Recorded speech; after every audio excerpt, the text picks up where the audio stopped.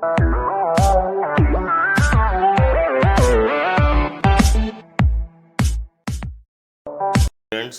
आप सभी का आरएल मैथमेटिक्स क्लासेस में स्वागत है। आज हम द्विघात समीकरण के कुछ सवाल हल करेंगे। जैसा कि इसमें दिया गया है, पहला सम्स द्विघात समीकरण 3x² minus 5x minus 9 equal to 0 के मूलों का योग ज्ञात करना है। मूलों का योग एवं गुणनफल ज्ञात करिए। तो सबसे पहला काम हमें ये करना है कि यह जो समीकरण दिया गया है इसकी हम ax² plus bx plus c is equal to 0 से हम लोग इसकी करते हैं तुलना। इसकी तुलना करने से हमको मिला a is equal to 3 and b is equal to -5 और c इज इक्वल टू -9। अब आपको बताया गया था कि मूलों का योगफल बराबर होता है alpha plus beta is equal to -b/a। तो इक्वल टू माइनस, और b की वैल्यू माइनस है, फिर इसलिए इसको हम ब्रैकेट में लिखेंगे -5 अपॉन a की वैल्यू है 3। अब माइनस में माइनस का मल्टीप्लाई करिए, आया प्लस अपॉन 3। ये है आपका मूलों का योगफल। इसके बाद मूलों का गुणनफल alpha into beta is equal to c/a। c की वैल्यू है -9 अपॉन a की वैल्यू 3 है।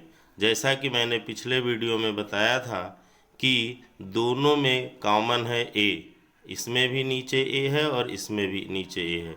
केवल b की वैल्यू और c की वैल्यू डिफरेंट होती है।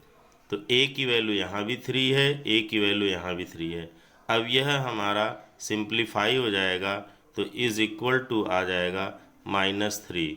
तो ये आपका आंसर आ गया, मूलों का योगफल 5/3 एंड -3 मूलों का गुणनफल।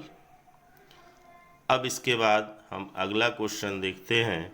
इस अगले क्वेश्चन में क्या दिया गया है, द्विघात समीकरण 9x² minus 5x minus 4 equal to 0 का विविक्तिकर ज्ञात करिए। इसी प्रकार इसमें भी इस समीकरण की हम लोग इस व्यापक समीकरण ax² plus 5bx plus c is equal to 0 से तुलना करने पर, इसकी हम लोग तुलना करेंगे। तो तुलना करने पर आपको प्राप्त हुआ a is equal to 9, b is equal to -5 और c इज इक्वल टू -4। जैसा कि पिछले वीडियो में हमने आपको बताया था कि द्विघात समीकरण के मूल जो होते हैं वह अल्फ़ा और बीटा होते हैं, परंतु इस समीकरण में हमें ज्ञात करना है विविक्तिकर। विविक्तिकर मतलब d is equal to b² minus 4ac। तो d is equal to b की वैल्यू है -5 का स्क्वायर -4 इंटू a की वैल्यू 9 और c की वैल्यू है -4। तो d इज इक्वल टू -5 का स्क्वायर 25 माइनस माइनस प्लस 4 चौको 16, 16 में 9 का गुणा करिए तो 144 आया। तो d इज इक्वल टू 169। यही हमारा d की वैल्यू है, इसे ही हम विविक्तिकर कहते हैं। तो इस प्रकार हमारा answer d is equal to 169 हुआ।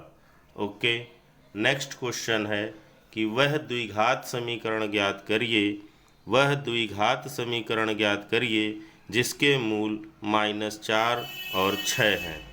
-4 और 6 हैं। It means alpha is equal to -4 दिया गया है और बीटा इज़ इक्वल टू 6 दिया गया है। तो जब हमें मूल मालूम होता है तो द्विघात समीकरण बनाने का सूत्र आपको बताया गया था, x² minus alpha plus beta into x plus alpha into beta is equal to 0। बस अब वैल्यू आपको पुट कर देनी है। x² माइनस अल्फ़ा की वैल्यू है -4, बीटा की वैल्यू है 6 इंटू एक्स प्लस अल्फ़ा की वैल्यू है -4 इंटू बी की वैल्यू है, बीटा की वैल्यू है 6 is equal to 0। x² minus bracket में सॉल्व करेंगे -4 प्लस 6 -4 यानी 2 आया, x प्लस माइनस का मल्टीप्लाई -6 का 4 में मल्टीप्लाई करिए 24 equal to 0। x² minus 2x minus 24 is equal to 0। यही हमारा द्विघात समीकरण हुआ।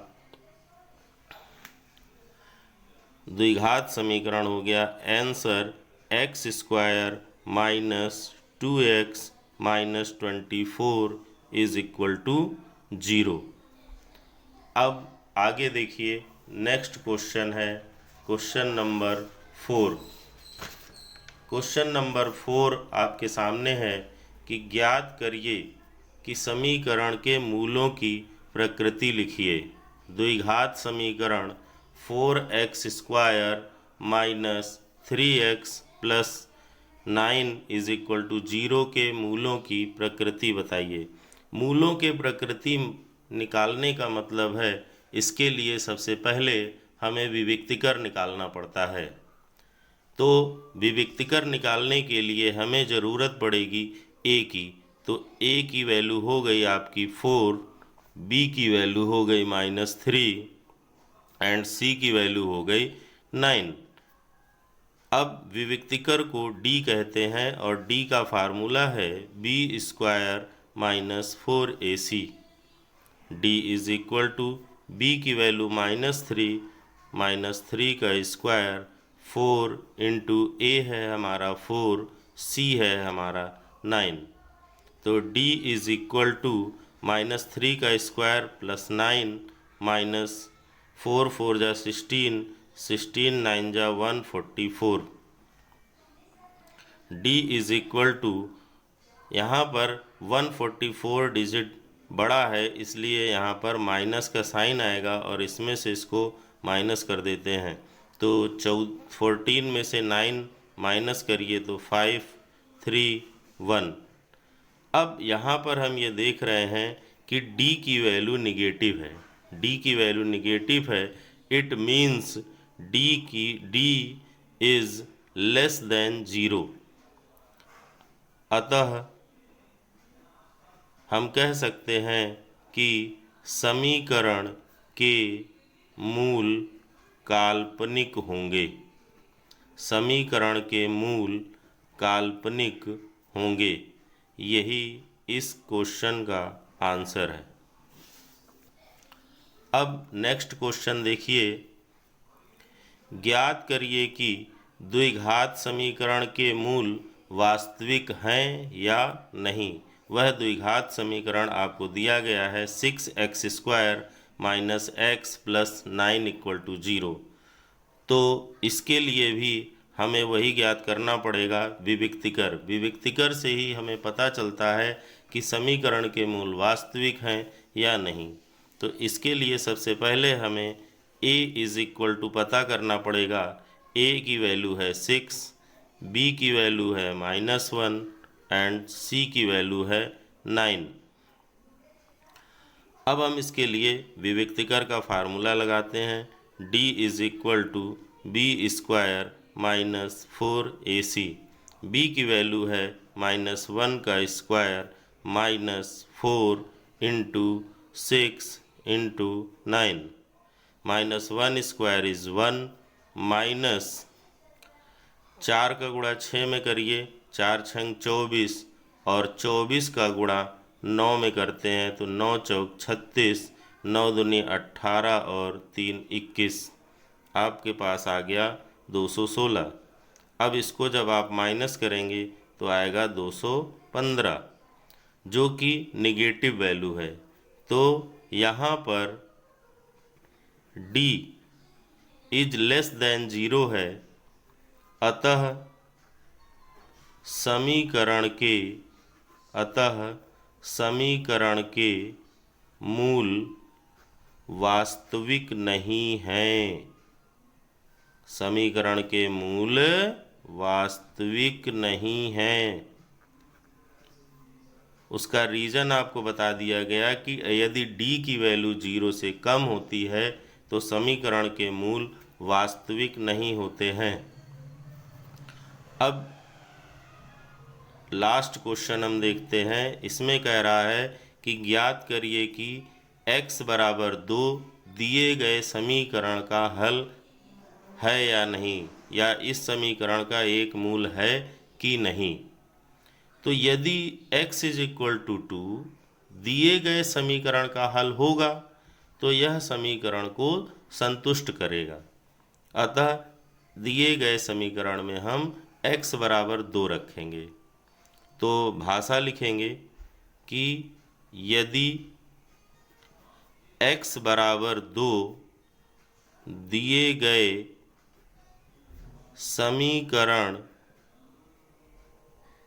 का एक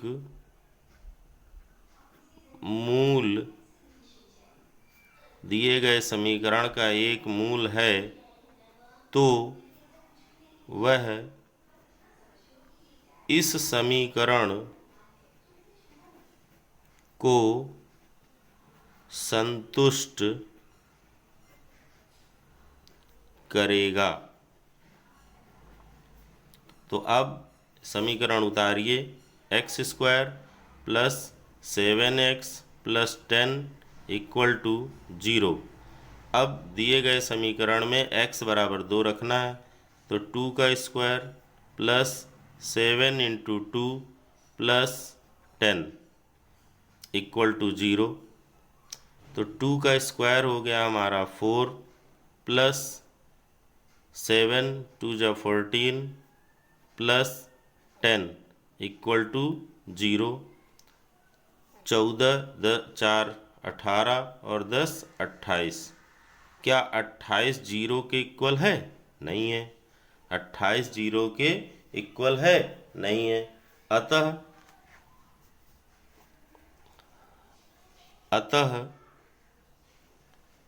x बराबर 2 दिए गए समीकरण का मूल नहीं है। दिए गए समीकरण का मूल नहीं है। तो मैंने आप सभी बच्चों को 6 सम्स कराए, जो हमने पिछले वीडियो में आपको द्विघात समीकरण के सूत्र बताए थे। उस सूत्र से इन क्वेश्चनों को किया गया। आशा है बच्चों को समझ में आ गया होगा। Thank you for watching this video.